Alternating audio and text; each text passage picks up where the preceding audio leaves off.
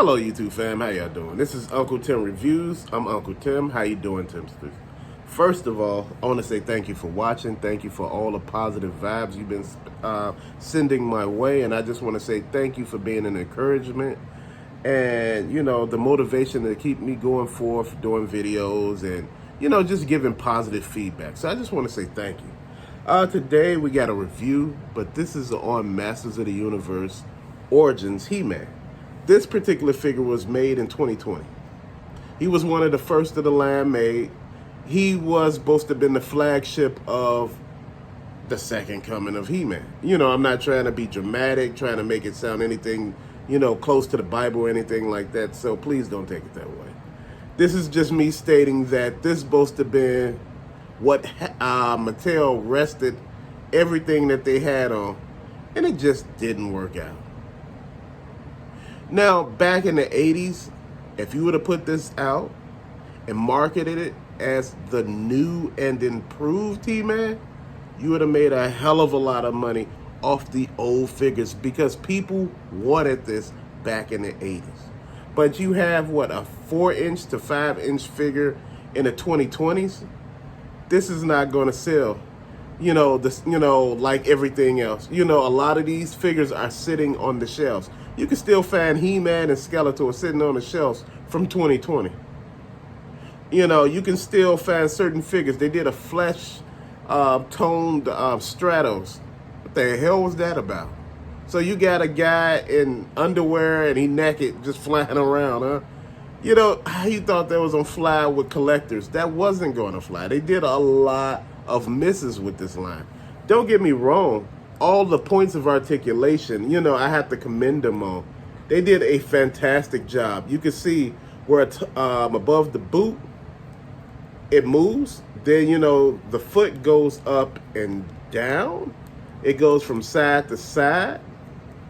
One thing about it, the thigh doesn't have the part that can move. It just goes from side to side like that. So, again, the arms move.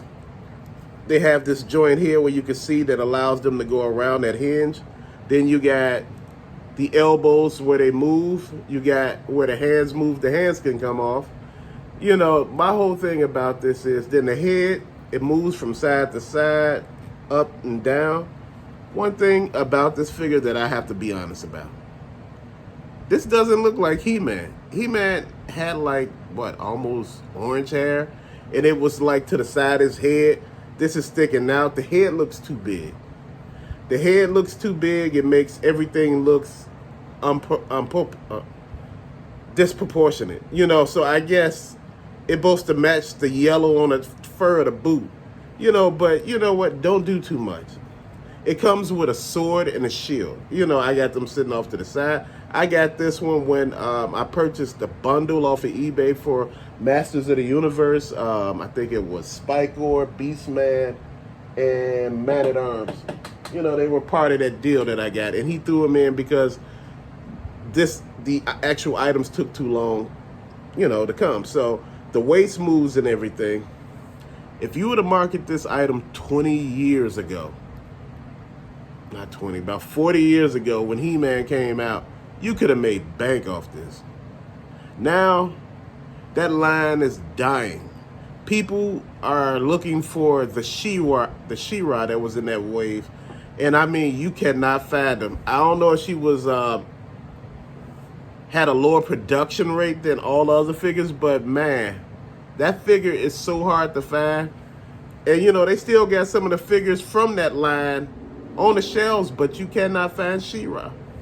Again, it's a great figure if you go back 40 years ago.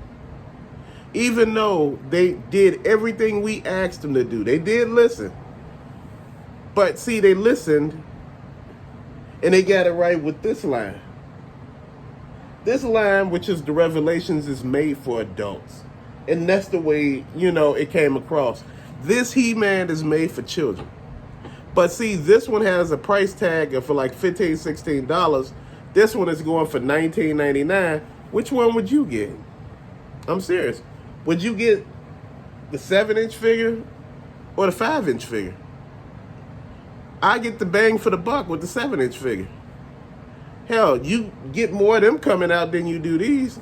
The damn Battle Cat that came with, He-Man, the new Battle Cat that came with the Origin line, it looked like all they did was took the old Battle Cat and took it and made cuts, and put joints in. That's what it looked like.